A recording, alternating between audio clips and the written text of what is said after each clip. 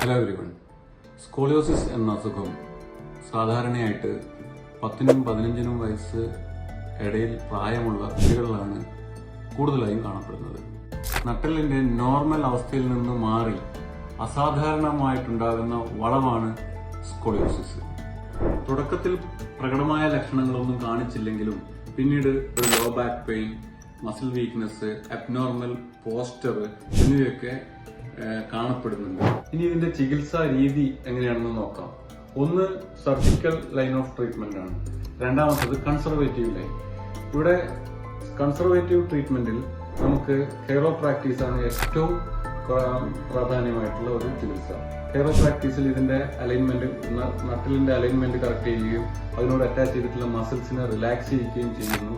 അതിന് തുടർച്ചയായി Ayurveda treatments, bandage, അതുപോലെയുള്ള മറ്റ് ആയുർവേദ ചികിത്സകൾ ചെയ്യുന്നതോടുകൂടി ഒരു പരിധിവരെ സ്കോളിയോസിസിനെ നല്ല രീതിയിൽ മാനേജ് ചെയ്യിക്കാനും ഇത് കൂടുതൽ ഉണ്ടാകുന്ന വളവ് ഒരു പ്രായത്തിനനുസരിച്ച് വളവ് കൂടിക്കൂടി വരുന്ന ഒരു അസുഖമാണ്. അപ്പോൾ ഇതിനെ ഒരു പരിധിവരെ നമുക്ക് കൺട്രോൾ ചെയ്ത് കൊണ്ടുപോകാനും സാധിക്കുന്നതായിട്ടാണ് കണ്ടുവരുന്നത്.